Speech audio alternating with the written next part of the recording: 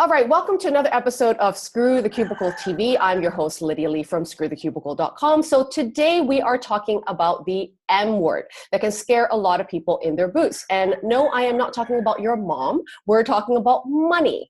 So today's guest is Amber Duggar, a financial and wellness expert known for helping her clients find actionable and simple solutions with empowering information that allows them to explore the sweet life with purpose. We like that.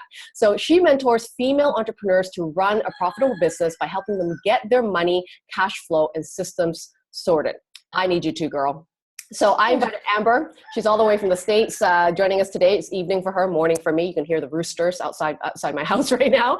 So I invited Amber for an interview today to really take the dread and mystery out of numbers, to help you make sense of your finances so that you can prepare for your entrepreneurship journey without the fear of money, because that's usually the number one thing that people say they're preventing them from going after their dreams. So if you're someone that is in the startup phase and you want to know, how can I start a business? This is the video for you. And if you've started a business already, this will be a great video for you to also really understand how you can budget for your projects, pay yourself as a business owner. I know Amber believes in that, and really learn a thriving money mindset. So thank you for joining me, Amber. Oh, my pleasure. I'm so happy to be here. I'm sure you also have a bit of nostalgia because you've been in Bali, hearing all those roosters in the background. Yes, it's bringing memories back. Right, and yeah. the ducks. Yeah, exactly. So first, I usually start with the question of, how did you transition, right, from your old career? Because we're all about screwing the cubicle. It's always great to hear stories of people that have left their old careers and why. So how did you transition from your old career to your current business? And what changes had to happen in your life to inspire you to now be helping female entrepreneurs with their finances? Well, back in 2014, I woke up one day and just decided, you know what? I cannot keep doing this. A little bit of my soul was dying every day in my cubicle. Mm-hmm. And so I was making all these little changes and I was just miserable. And I had decided to start biking to work to try to make a little bit of adventure before and after work. And it was going great. And in May of 2014, I was riding home and I experienced a really traumatic bicycle accident. And I fell face first into the concrete going 19 miles an hour. Oh, wow. And so when something like that happens, you definitely look at your life and you say, okay, I was pretty lucky. I had, 30 x-rays, 2 different head scans, no broken bones, but a massive traumatic brain injury. So it took me about a year to recover from that. But during that year, I found out about health coaching. And I just immediately signed up. I said, okay, this is it. I love health. I love wellness. I'm going to do health coaching. So over that year, I studied to become a health coach. And I came to a point where I had a choice between getting a full-time government job, which would have been a cushy job, or going off on my own. And I had been starting to see clients. And so I decided just to take the leap of faith and not take the cushy job and go into health coaching. So that's how I started entrepreneurship. And that's how I learned about entrepreneurship, was through health coaching. When that occurred, I went through a few things because I'm a very calculated person. I've worked in finances most of my life. So I knew that I needed to figure out a plan that made me feel comfortable leaving a steady paycheck, because that was a really big thing for me. Yeah.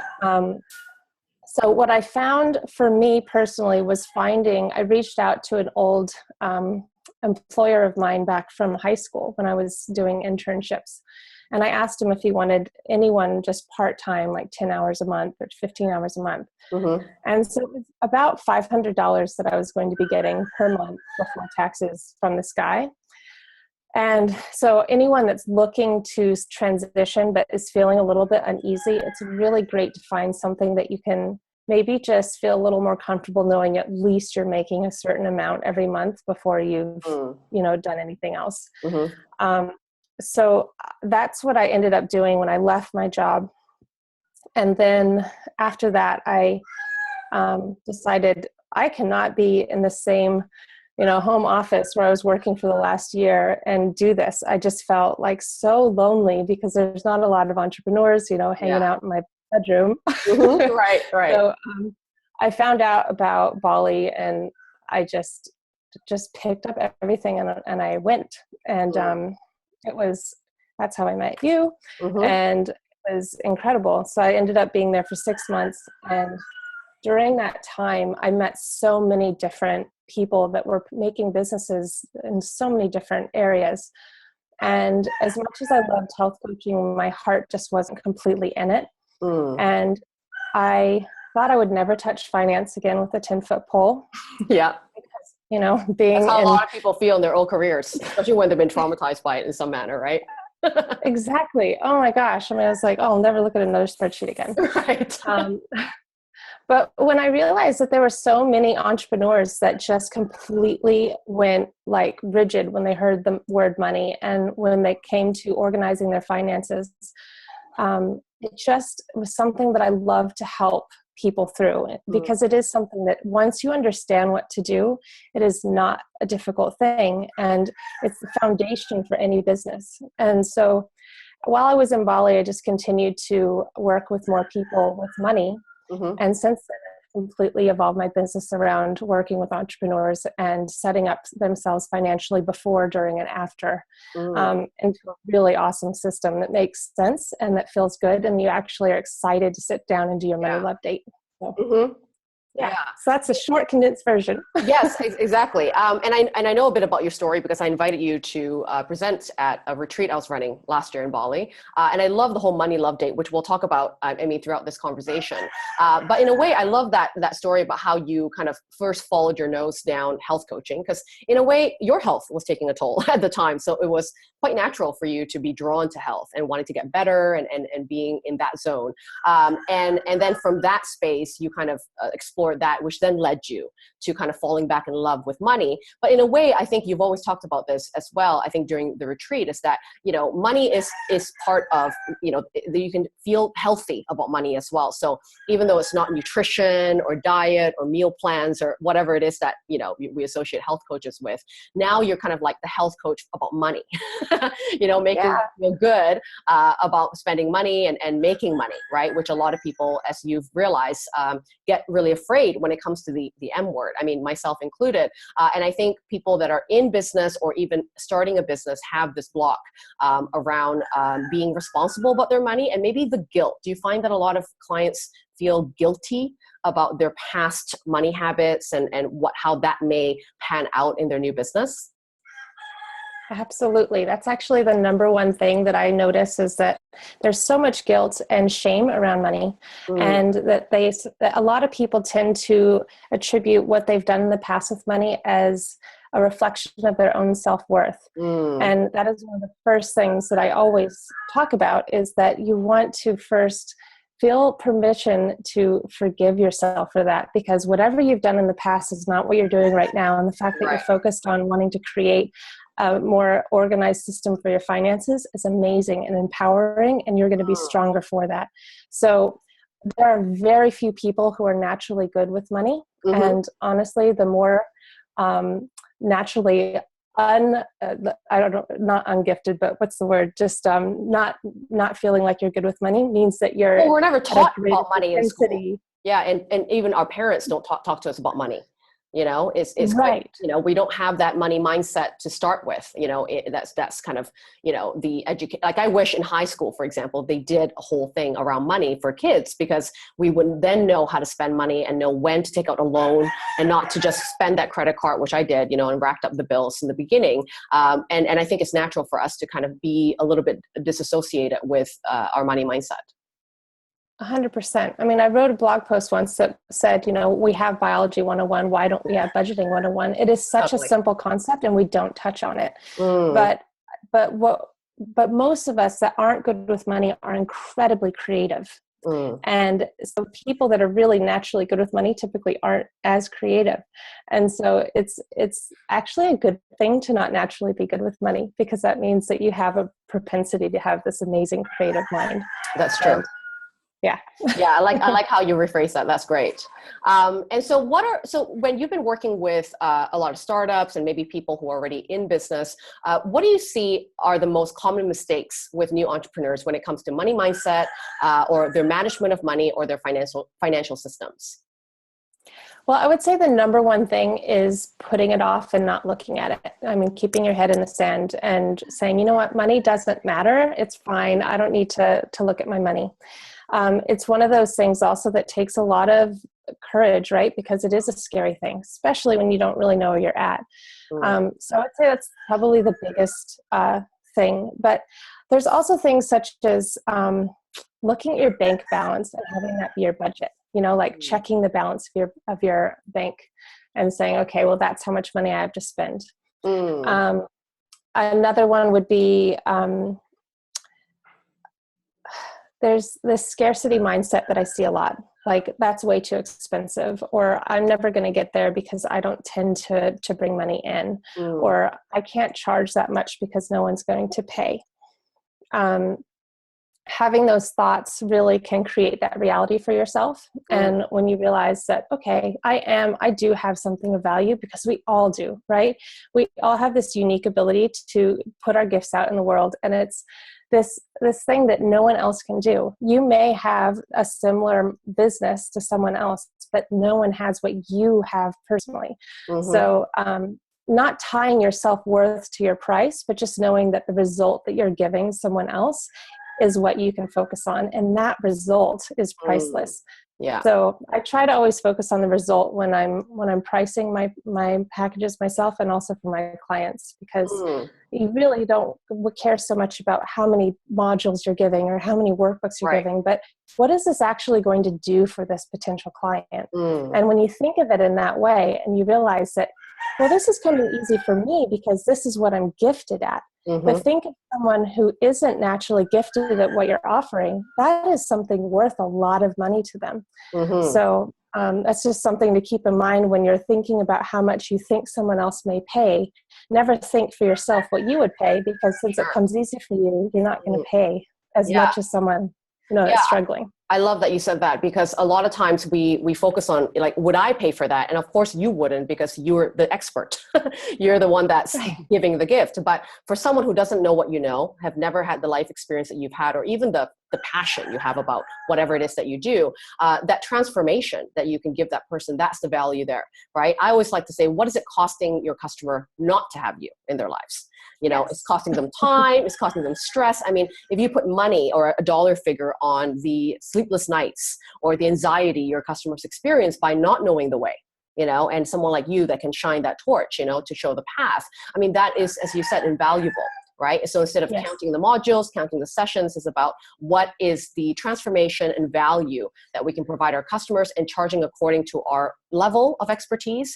And we can always raise the prices, right? Especially when we first start. You start with something that feels good, that is so different for everybody. And then learn to raise it as you work with more people and really develop your knack, right? For your industry.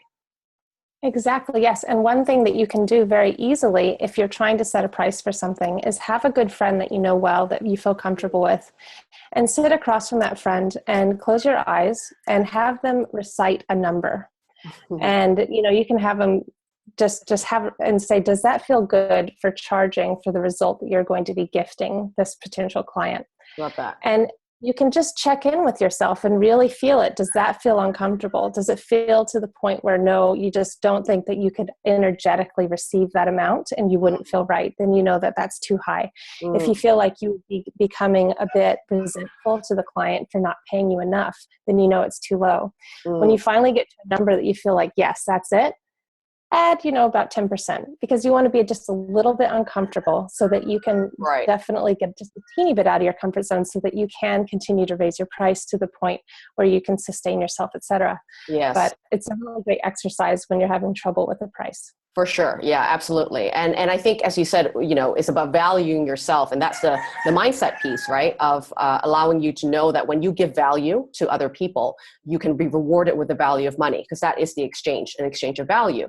Yes. Back in the day, we traded chickens and goats, and now we trade this piece of paper called money, which is also, right? Like, so instead of a chicken, we get some money. And so I think you're absolutely right. The first piece is about valuing ourselves, our worth in the business, how much we transform other people, And then looking at money as an exchange of value, and having that mindset that if you're helping people, you deserve it, right? You deserve all that and more, which is lovely. Absolutely. So as you know, you say the mindset piece, I think, is the number one thing that people should start to really work on first before they start to even get into things like the practical pieces, like the budgets and the systems and all that. But one thing I really wanted to ask you is about you know, the systems, because as you mentioned, a lot of people, when they're afraid of money, they do, like I was doing this, where I log into my online banking account and then I would literally put my hand over the total of my banking, you know, because I knew at the time when I was transitioning from corporate, I was, you know, a spender. I was spending money on things I didn't need. I barely knew what it was all automated payments. So I didn't even know how much I was paying out, and I didn't want to know, in a way, because of the guilt, as we talked about. So a lot of entrepreneurs, I think, are probably doing the same thing, is avoiding looking at the numbers. So, and a lot of people with no financial background or that guilt trip that they're giving themselves are afraid to invest in themselves when this happens, right? They're afraid to think about what to save for their business, or even what to spend on their business, because all of us do this bill automation thing that we do, you know, in our online banking. And then we spend what we have, but not necessarily maybe saving for projects or saving for things like websites or a graphic designer, all the moving pieces that we require in our business. So in your opinion, what are some key things people really have to start thinking about first before investing in their business? What do they have to prepare? What do they have to kind of get ready in this stage of their business? That's a great question. So first, I would say it's really good to understand what your personal expenses are and where you are personally. So if you haven't instilled some sort of, I'm going to say the B word, budget, then it's a really great tool. And there are some amazing platforms out there that make it easy. And so I highly recommend one that is kind of like an envelope system. I personally teach in my Profit on Purpose collectives. They're called, it's called YNAB. And it's You Need a Budget. That's one of them. It's an awesome place because instead of having one bank balance that you're looking at mini bank balances, right? So each line would have a certain amount of money for something. So let's say that you decided at the beginning of the month that you're going to allow yourself to spend $200 a month on dining. Mm-hmm. Then when you go into that budget and you look at that amount, you see I have $200. You're not looking at the bank balance anymore. You're looking at that $200. So that then you say, okay, that's about roughly $50 a week. And if you go out to a nice place, that's one time a week. If you go out to, you know, Panera or something, it's like $10. Right. So that allows you to now make a decision. Do I want to go out, or do I want to save that for a nicer meal later once I've you know, want to celebrate a win or something? But instead of looking at your full balance where you see $5,000 in there and you think, oh, whatever, I can go and have a nice meal several times a week, you now have a more realistic amount that you can then pay for that particular thing. So the first thing I would say is personal finances, get that in order. Now, once you've done that, you have an idea of what your minimum viable income should be. What do I mean by that? It is the amount that you need to keep your head above water, right? Because most of us live a lifestyle that we could probably cut back if we had to. If we lost our job, for example, you know that there's certain things you have to pay. You have to pay your rent. You have to pay your car payment if you have one. You have to pay for food. You don't need Netflix. You don't absolutely need Spotify, those types of things, right? Yeah. So now that doesn't mean to go to the bare bones and don't allow yourself a single nice thing, because then you get to the point where you will kind of probably self-sabotage because you feel so restricted. So it's all about balance. But once you've made that decision and you have that amount, then if you're still in a job and you're looking to transition, the best question, because a lot of people ask, how much should I save? How many months should I save? Right. And the question I like to reframe that is, how much are you willing to invest in this go? Because even if you don't make it this time, that does not mean you're not going to make it, right? But a lot of people feel like if I go and I fail, then I'm a failure.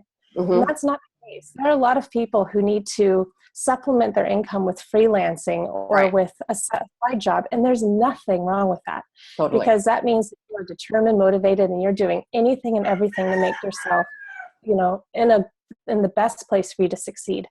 So when you ask yourself, how much am I willing to invest in myself for this particular go? The mindset. that, and I keep this by my desk all the time. Proceed as if success is inevitable. Wow. And this is like my mantra, you know? Right. Yeah. Yeah. I set Absolutely. it up every time I work anywhere. If I go to a cafe, or if it came with me to Bali. So that is something I think you should always think of, but also be practical, right? Because you know, you don't want to be kicked out and have $0 to your name and homeless. So I mean, there's a balance. But when you think of it that way, then you now have this amount of money that you can either strive to save for, or you can, you know, you may already have that, and you may have decided, okay, since my minimum viable income is only this much, and I have this much saved, then I have X amount. Now that's assuming that you have not made any other money. But of course, if you've started to see that you can make money, that you've been coaching people or whatever your particular business or freelancing your skills. Or freelancing, exactly. And that's a wonderful way to supplement your income, having multiple income streams and knowing that that's the best way to sustain yourself so that you're not dependent on one particular income stream. But as soon as possible, get a separate accounts. So you should have a business account and a personal account. And this is something that I love to explain very simply. We normally will either just have a personal account where all of our money goes into, or maybe we'll have a business account where the business money comes into and then we just withdraw money, right? Yeah. Like, okay, that's how we're going to do it. And then we don't feel like we're ever getting ahead or that we're saving anything. And then tax time, we get a little nervous. Like, did I save enough for taxes? Right. And so there's this thing called Profit First, and it's a book. So anyone can go and pick up this book. It's awesome. And I implement this into my class. And it is the best, most simple way and effective way for you to save both for your business and also for your business expenses. So to get to that part of your question. So what you do is, let's say that you have $100 come into your business. This system allows you to be profitable from the very first $100 that you bring into your business. Now you're thinking to yourself, how would I be profitable with $100? Right. Yeah. Well, we're looking at your business as a separate entity, right? Because you need to pay yourself. Right. So does that mean that $100 is going to sustain you as an employee? No. But when you look at it from a profit first perspective, you come up with percentages that you decide to allocate for 4 things: profit, business expenses, tax, and your own pay or salary. So when you first go in and you get $100, you take that $100, right? You think, okay, woo, we made $100. Yeah, it's fine, $100. Right. But if you use this system and you implement it as soon as possible, you will find that you'll be sustainable much faster in the long run. Because when you come up with the percentages, you then say, okay, let's say that your percentages are 5% profit, 60% pay, 20% taxes, and 15% business expenses, right? So then when you get that $100, you're putting $5 towards profit, you're putting $60 towards your pay, you're putting $20 towards taxes, etc. Now, what that does is you can then take that $60 and deposit it into your personal account. Right, because that's your pay. Yes. Yeah. So you now know that you have your profit of $5, you have your business expenses of $15, and you set aside enough money for taxes. Now you want to definitely talk to a tax accountant, make sure that your effective tax rate for your particular country is about that amount, you know, so that's one thing that you want to make sure to do. But what it allows you to do is feel comfortable, because now you can say you have no guilt about spending the $100 because you have a system in place that allowed you to put aside a certain amount for profit, which you can then decide to either reinvest into your business, or you can use that for savings for something bigger. So if, you know, it's always good to have a vision of why you want to make the money you're going to make. Totally. Yeah. Yes. So having that vision, saying, okay, I know I want to make X amount of take-home pay to cover my minimum viable income plus whatever I'm striving to do, whether it be go to Bali for 3 months or work out of Thailand or whatever it is for you, to say that, yes, this is success for me. Totally. You then have these revenue targets that are actually realistic, that allow you to hit the pay, the business expenses, and the the taxes and the profit. I love that, because I think by even acting on being able to understand the money that you're bringing in and where it goes, that in a way is having more control. Right. I think that's why we get upset about money is that we feel out of control with it. We have no idea where it's going. How much do we really have about it? Why does it keep leaving my account? I don't know where, who's taking this money out.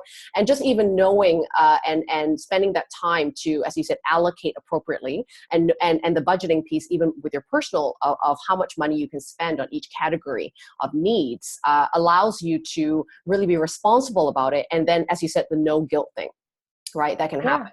And that can absolutely release you from the unknown territory of money, because now you know, right? Which is empowerment, right? Now you know you can make better decisions in your life. So if you don't want to use the $200, for example, to eat out and buy groceries and cook in instead, you can now invest that $200 towards a new website, right? That you wanted to not do yourself anymore because you're pulling your hair out, and actually hire someone and know that you can afford it, right? Which is a really great place to be.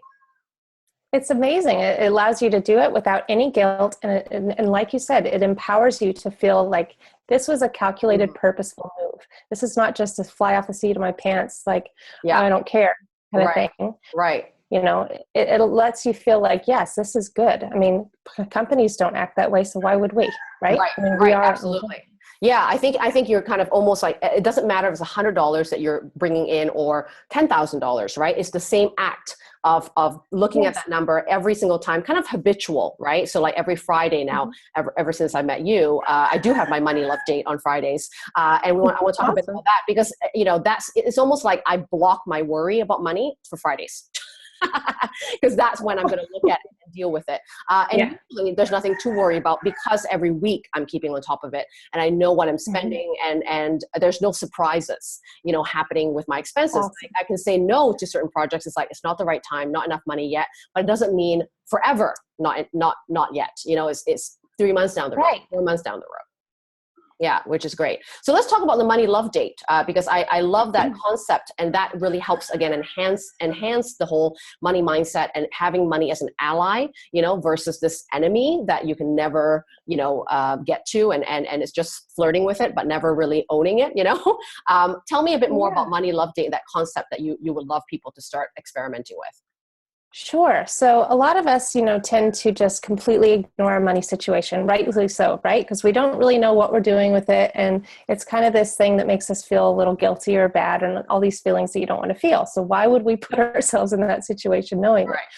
So having something where it's actually something to look forward to.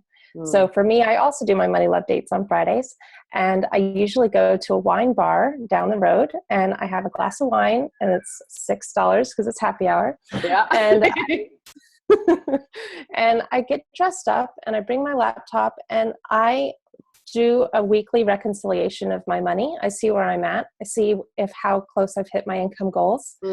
I check with my why on why I'm bringing the money in I'm bringing in for this month. Can also every morning, just a side note, I also do money mindset work in the morning. So that's one thing that if those of you have not heard of wealth consciousness or working through money blocks, it's something just to Google. And I'm just planting the seed, because it's something that it took me almost 2 years to really warm up to the concept of it. But money mindset and wealth consciousness is really quite an interesting thing to start looking into. And it's amazing what will open up, the opportunities that open up and things that can happen. So that's just a side note that I do most mornings, is a little bit of journaling and checking in with my money situation, because what you focus on grows. So when you look at your money, it definitely does that. So with the money love date, I just, like I said, I reconcile my accounts with YNAB. I check to see how close I am on targets, and also just see if there's anything that's feeling off or uncomfortable, and just look through, because we all will continue to have money blocks. Even people have been working in money mindset for years and have built multi-million-dollar businesses out of it, still will admit to having money blocks.